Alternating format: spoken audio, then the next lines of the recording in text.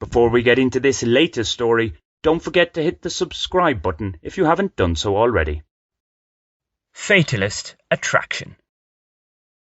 One always has the vague illusion of taking or making one's own decisions, the illusion itself running in parallel with the awareness that most such calls are made for you by other people, or by circumstances, or just made.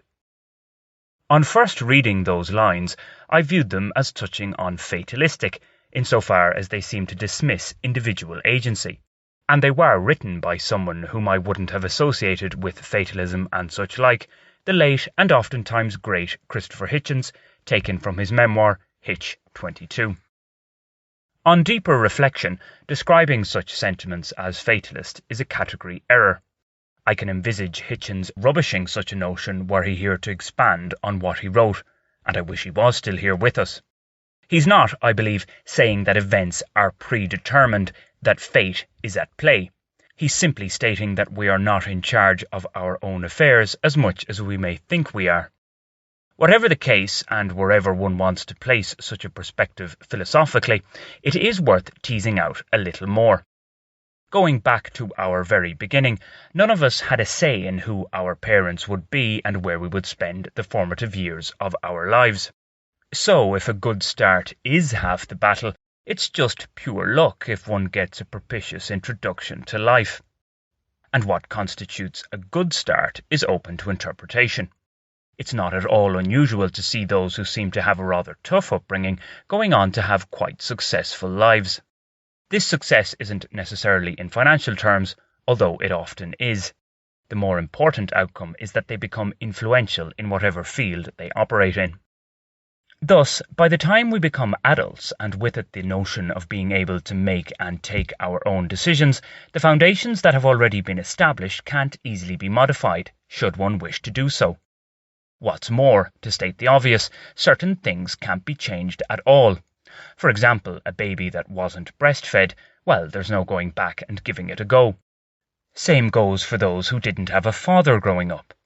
Do note, I'm not saying anything about the positive or negative qualities of these, I'm merely highlighting their inalterability. But at least independent adults can have a greater say in the current and future direction of their lives, can't they? First of all, the idea of a wholly independent person is fanciful, as I've written about before on this blog. Second, returning to the opening words, we don't have as much influence over the calls that affect us as much as we may like to think. My being able to stay legally in Colombia has been and remains in the hands of others. Yes, it was my decision to come to Colombia in the first instance, but even that was influenced by others. It could also be argued that it would have been better had I not been granted residency, yet this, in a way, supports the point about calls being made for us rather than by us. In effect, the outcome of practically everything we do, or do not do, is shaped in a minor or major way, for good or for bad, by other actors and events. This is not to say we're not without influence in this process. Our own endeavours do play a part. Take the oftentimes complex world of a rugby scrum or ruck, not an analogy the sportiverse Hitchens would endorse. How the players position themselves, the picture they present to the referee, influences the referee's decisions. Some calls are marginal and open to much interpretation, but it's how the referee on the day sees them, together with the manner in which they are shown to him, that determines the outcome. OK, some days the referee unfairly favours one side over the other. Thus it goes in life. We can project an image that we think should be to our advantage, but we could be doing so at the wrong time, in the wrong place. Or at the right time but the wrong place, or vice versa. Or the right time and the right place, but the referee isn't on our side that day. That last scenario in particular tends to lead to either disillusionment or a desire for vengeance, or a blend of both.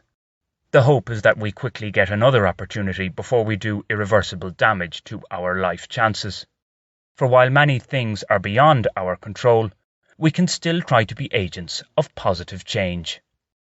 Have you subscribed to this channel yet?